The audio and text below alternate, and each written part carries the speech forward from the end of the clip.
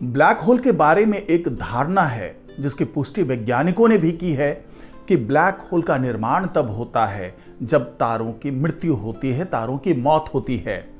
और इसी मौत के दौरान जब सुपरनोवा विस्फोट होता है तो उसके बाद या तो न्यूट्रॉन तारे बनते हैं या फिर ब्लैक होल का निर्माण होता है। लेकिन जेम्स वेब स्पेस टेलीस्कोप ने ऐसी तस्वीरें दिखाई है, उन शुरुआती दौर की तस्वीरें दिखाई है, बिग बैंग के तुरंत बाद की तस्वीरें दिखाई है, जिससे यह पता चल रहा है कि ये धारणाएं पूरी तरह से सच नहीं है, बल्कि ब्लैक होल का निर्माण उस वक्त ही हो गया था जब ब्रह्मांड का निर्माण बहुत ही शुरुआती दौर में था। तो क्या ब्लैक होल का निर्माण अपने आप भी हो सकता है? उसके लिए किसी तारे को मरने की जरूरत नहीं है। क्या ब्लैक होल का भी कोई बीज था जिससे वो विकसित होकर के सुपरमैसिव ब्लैक होल बन गया? ये तमाम जानकारी आपको इस वीडियो में मिलने वाली है, तो इस वीडियो को आखिर तक जरूर देखिएगा। नमस्कार, मैं हूं डॉक्टर सुरजीत सिंह और आप देख रहे हैं महाना मिस्ट्री। अगर आपने अभी तक इस चैनल को सब्सक्राइब नहीं किया है तो सब्सक्राइब कर लीजिए, और अगर आपको ये वीडियो अच्छा लगे तो इसको लाइक कीजिए, शेयर कीजिए और कमेंट जरूर कीजिए।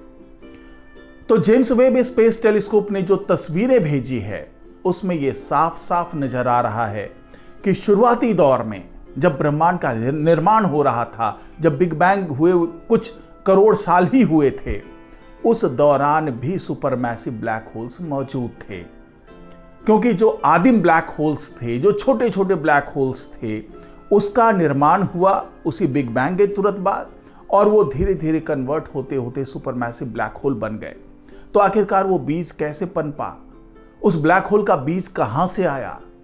एक नई स्टडी में वैज्ञानिकों ने भी ये दावा किया है कि ये जो राक्षसी ब्लैक होल हैं, जो सुपर मैसिव ब्लैक होल हैं, वो बिग बैंग के समय ही छोटे आदिम बीजों के रूप में उभरे होंगे और धीरे धीरे वो सुपर मैसिव ब्लैक होल बन गए होंगे। हम ये तो जानते थे कि लगभग सभी बड़ी आकाश गंगाओं के केंद्र में ब्लैक होल होते हैं, सुपर मैसिव ब्लैक होल होते हैं। उनका आकार सूर्य से 1,00,000 गुना से लेकर अरबों गुना बड़ा होता है।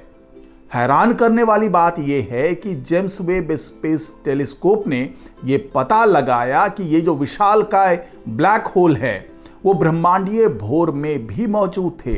ब्रह्मांडीय भोर को अगर आप समझना चाहें तो आपको बता दें कि बिग बैंग के कुछ 100 मिलियन साल बाद का जो पीरियड है उसको ब्रह्मांडीय भोर कहते हैं। ये वो समय था जब ब्रह्मांड में पहले तारों और आकाश गंगाओं का निर्माण हो रहा था। अब सवाल ये उठता है कि जिस दौर में तारों का निर्माण हो रहा था उस दौर में ब्लैक होल कहां से आए? क्योंकि अभी तक तो यही माना जाता है कि तारों की मौत के बाद, सुपरनोवा विस्फोट के बाद ही ब्लैक होल का निर्माण होता है।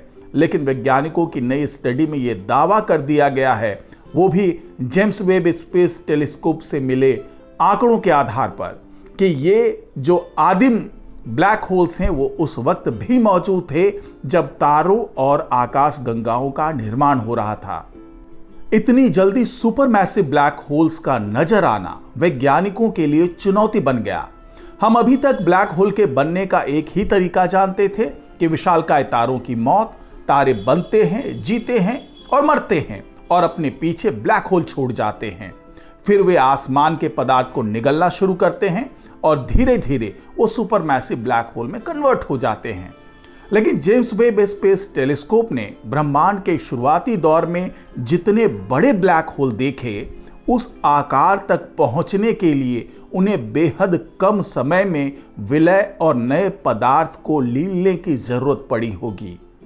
लेकिन वैज्ञानिकों को इतने कम समय में इस तरीके से सुपर मैसिव ब्लैक होल बन जाने की जो बात है, जो दावा है, उसको समझाने की कोशिश में जब वो जुटे, उन्होंने जब तमाम विश्लेषण किया, जेम्स वेब स्पेस टेलीस्कोप से मिले आंकड़ों का विश्लेषण किया, तो उन्हें समझ में आया कि ये जो विशालकाय भीमकाय ब्लैक होल्स हैं, सुपर मैसिव ब्लैक होल्स हैं, उसका निर्माण परंपरागत तरीका है उसके हिसाब से नहीं हुआ होगा।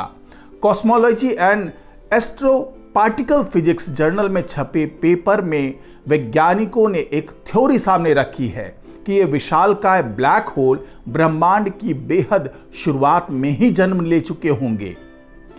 1970 में स्टीफन हॉकिंस ने यह विचार सामने रखा था कि ब्रह्मांड में बिग बैंग के शुरुआती पलों में शायद बड़ी संख्या में छोटे छोटे ब्लैक होल प्राकृतिक रूप से उत्पन्न हुए होंगे। ये ब्लैक होल तारों के ढहने से नहीं बने होंगे, लेकिन उस शुरुआती समय के अराजक उतार चढ़ाव में उच्च घनत्व तक कंप्रेस्ड पदार्थ और ऊर्जा से सीधे पैदा हुए होंगे ये जो ब्लैक होल्स हैं। हालांकि दशकों तक निगरानी के बावजूद हमें इन आदिकालीन ब्लैक होल के सबूत नहीं मिले।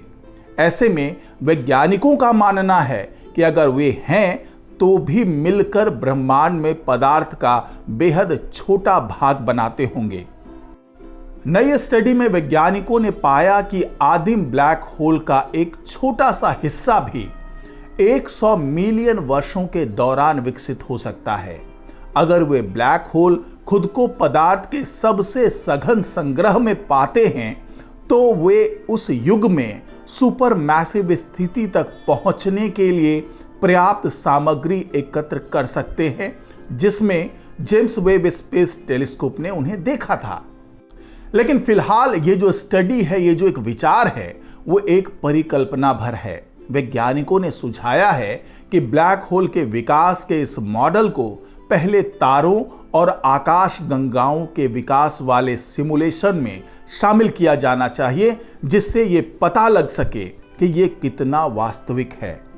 जी हाँ, वैज्ञानिकों ने अपनी नई स्टडी में जो दावा किया है और जिस तरीके से ये बताया है कि बिग बैंग के शुरुआती दौर में ही जो ब्लैक होल्स है उसके बीज पनपे होंगे, वो किसी तारे के मरने से सामने नहीं आया होगा, बल्कि उसके बीज होंगे और धीरे धीरे वो सुपरमैसिव ब्लैक होल में कन्वर्ट होता चला गया होगा। क्योंकि वैज्ञानिकों का ये मानना है कि इतना समय उस जो आदिमकालीन जो तमाम जो ब्लैक होल्स होंगे उन्हें ये मिला होगा कि वो आसपास के पदार्थ को जो कि सघन रूप में मौजूद थे बिग बैंग के तुरंत बाद में, उसको उन्होंने निगला होगा और उसके बाद वो सुपरमैसिव ब्लैक होल्स बन गए होंगे।